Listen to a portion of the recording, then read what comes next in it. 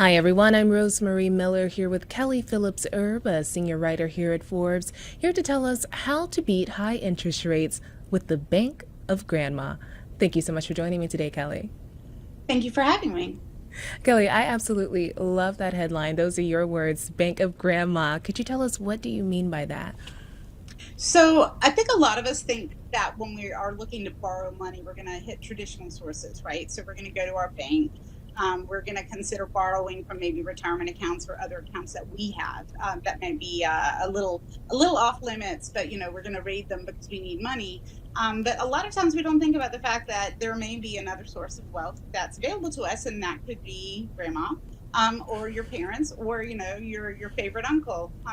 It is often the case that some older folks have access to liquid assets more than younger folks. And one of the reasons that we tend to have our things tied up, in addition to younger people maybe just being right out of, in the job market and having some high loans, maybe college loans. But a house, for example, tends to be the most significant asset that a person will own during their lifetime.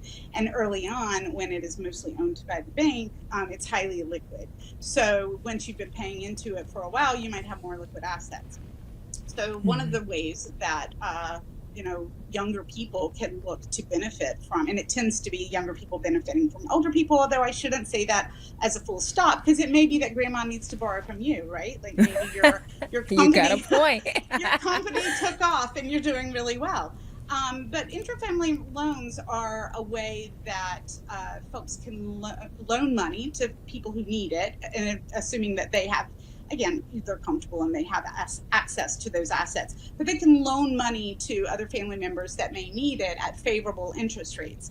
And we all know that interest rates are pretty high right now, right? So we're looking at mortgages, credit cards, and student loan repayments at interest rates that might be either unaffordable or tight for someone who's on a budget. And those folks may wish to pay them off. So these are people who want to repay their student loans. They want to buy a house. They want to pay off their credit card debt. They have the desire to do it. They just might not have the means. And so what the IRS says is that if you borrow money from basically any other person, but we're talking about families. So if you borrow money from families, from related parties, as long as you charge interest at a rate called the AFR, the applicable federal rate, and that is a rate that is published every month by Treasury. It's on the web and also in the Federal Register. As long as you hit an interest rate at that number or above, then they're going to consider it a legitimate loan. And those numbers can be 4 and 5% right now, as compared to a credit card that might be 22%, or a mortgage that might be 8 or 9%. Some of the repayment options for student loans are hitting like 12%. So you can see that that could be a considerable way for somebody to make the payments that they wanted to make, but they do it at a lower interest rate. So it's a win in that regard.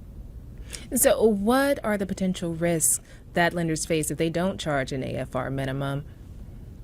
So if you don't do it at the minimum, the IRS is going to look at it and say, you know what, well, one of two things, or possibly both.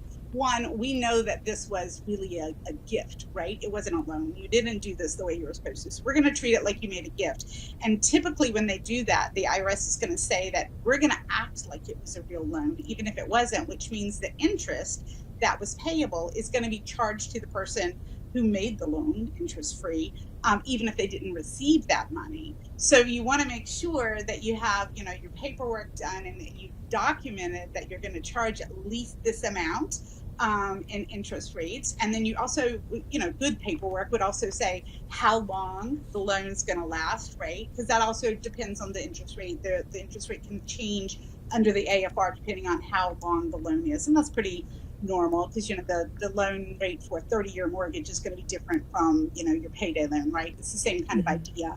So you want to make sure that that is in writing, and you also want to say how often you're going to be making those payments, and put all of that in writing just to make sure you're not going to have any disagreements.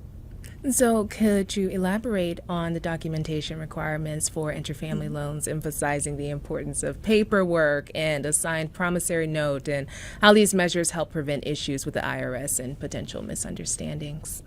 So paperwork, as an attorney, I'm a big fan of paperwork. So paperwork is always good because then there's no misunderstanding, right? Nobody says later, oh, you said 5.5%. I thought you said 4.5%. Like there's not that kind of misunderstanding. You have a schedule, a repayment schedule. So that not only is that good for for the person who's receiving the money, but as somebody, I can tell you, I love deadlines because I put them in my calendar. I know what I'm doing when, right? Like when your credit card payment is due. It's a really good idea to have a schedule that says I'm paying mom and dad back on the 5th of every month, or however Kelly, you work that love out. deadlines. What is your zodiac sign? I'm a Libra, actually. I love balance. What? Maybe that's It's giving why. Virgo. Okay. No, I love balance, and I think you achieve balance by documentation. So, again, you write all that down so that there are no disagreements. You're saying how much you're going to pay, when you're going to pay it, and how long you're going to do it. That way, also, when the IRS is looking at it later, if they look at it later, you can say, hey, we charged the right amount of interest. We did all of this the right way. Another piece of paperwork that you might want, depending on the kind of loan that you're doing, is something that's sort of security, right? So the typical way we think of this is a mortgage. So if I was to go to a bank, they would take a note against the value of my home and they would record it so that if something happened, I didn't repay them, they could take the house back. They have something of value. Grandma can do the same thing. And even though it sounds like it sounds a little onerous, it's actually really a good idea because it helps you keep track, again, of who owes who what and under what circumstances, right? Because you're reporting the mortgage. So there's no disagreement about how much was borrowed, when it happened, all of those things. But it also can give grandma a little bit of security in a couple of ways. One is if something were to happen, grandma gets your house, which we tend to think of that something happening as being maybe you don't pay the loan back. And so, that seems rather dramatic. But there are other things that might happen where grandma wants to hold on to that security interest. For example, what if you get a divorce? You bought a house with a spouse, you're getting a divorce. Who owns the house? Well, grandma owns the house, at least up until the part of the unpaid mortgage, right? So that way she gets repaid, even if it's something that's a little out of your control, like maybe it was your ex-spouse's decision not to pay, right? So there's lots of, divorce is a good example. What happens if something happens to you pass away early? Again, we tend not to think we're going to predecease grandma, but what if we do? So recording the mortgage actually gives, I think, a peace of mind for grandma or your parents or whoever has loaned you that money, that they know that they're either going to get those payments or they're going to get the money that they loaned to you back at the end, which is significant. So, how can the strategy of making intrafamily loans be beneficial for middle class families with smaller loans? And what creative planning opportunities arise at higher income levels, leading to additional savings, including for estate and gift taxes?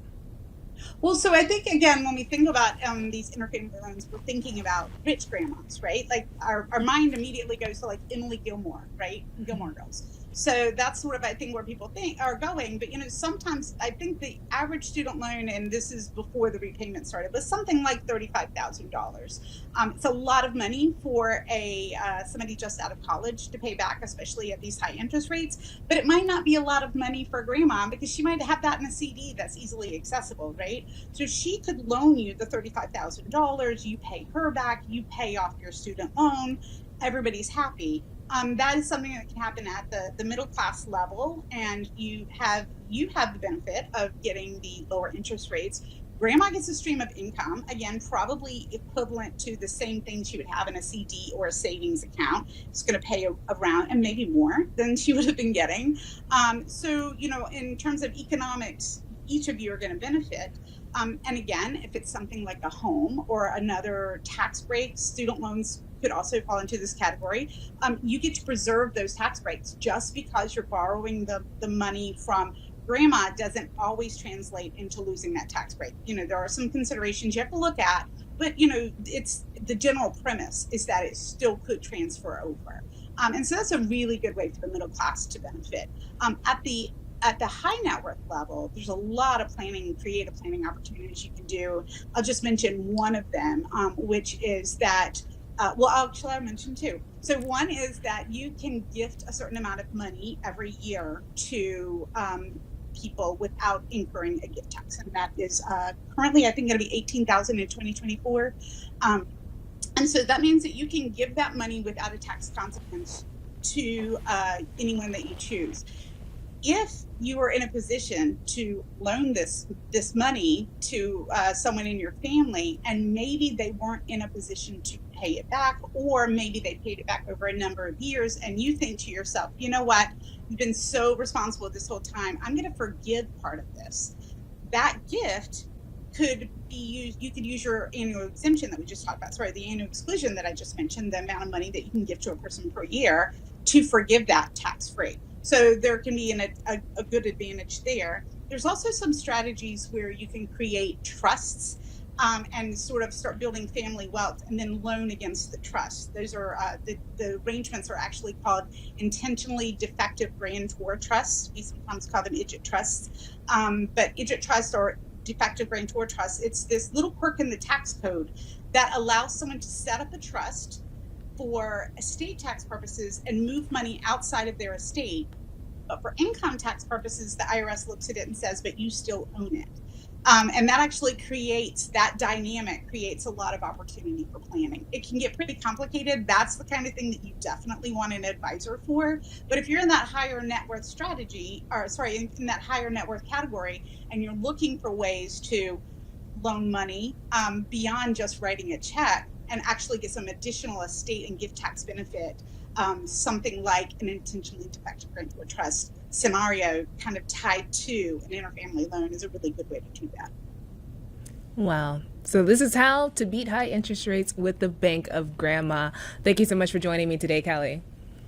Thanks for having me. Absolutely.